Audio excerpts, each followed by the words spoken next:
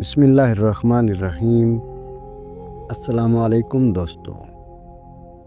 حضرت ابو سعید خدری رضی اللہ تعالی عنہ بیان کرتے ہیں، ایک دفعہ ایک بھیڑیا بکریوں پر حملہ آور ہوا اور ان میں سے ایک بکری کو اٹھا لیا۔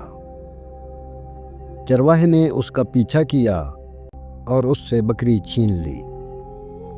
بھیڑیا پچھلی ٹانگوں کو زمین پر پھیلا کر بیٹھ گیا اور اگلی ٹانگوں کو کھڑا کر لیا، اور اس نے چرواہے سے کہا، کیا تم اللہ سے نہیں ڈرتے کہ مجھ سے اللہ تعالیٰ کا عطا کردہ رزق چھین رہے ہو؟ چرواہا بھیڑیے کی اس طرح باتیں کرنے پر چونک گیا اور اس نے حیران ہو کر کہا، بڑی حیران کن بات ہے کہ بھیڑیا اپنی دم پر بیٹھا مجھ سے انسانوں کی طرح باتیں کر رہا ہے۔ بھیڑیے نے کہا، کیا میں تمہیں اس سے بھی عجیب تر بات نہ بتاؤں کہ محمد صلی اللہ علیہ وآلہ وسلم جو کہ مدینہ منورہ میں تشریف فرما ہیں، لوگوں کو گزرے ہوئے زمانے کی خبر دیتے ہیں۔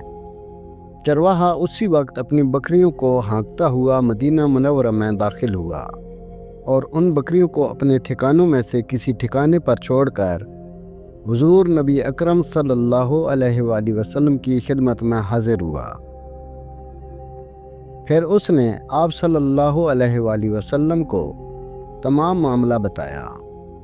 حضور نبی اکرم صلی اللہ علیہ وآلہ وسلم کے حکم پر باجماعت نماز کے لیے اذان کہی گئی۔ اس کے بعد آپ صلی اللہ علیہ وآلہ وسلم باہر تشریف لائے اور چرواہے سے فرمایا، سب لوگوں کو یہ واقعہ سناؤ، تو اس نے وہ واقعہ سب کو سنایا۔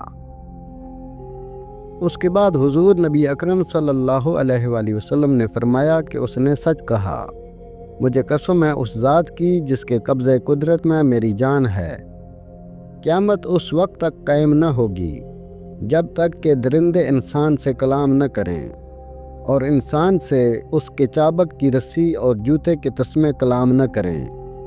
اس کی ران اسے خبر دے گی کہ اس کے بعد اس کے گھر والے کیا کرتے رہے ہیں۔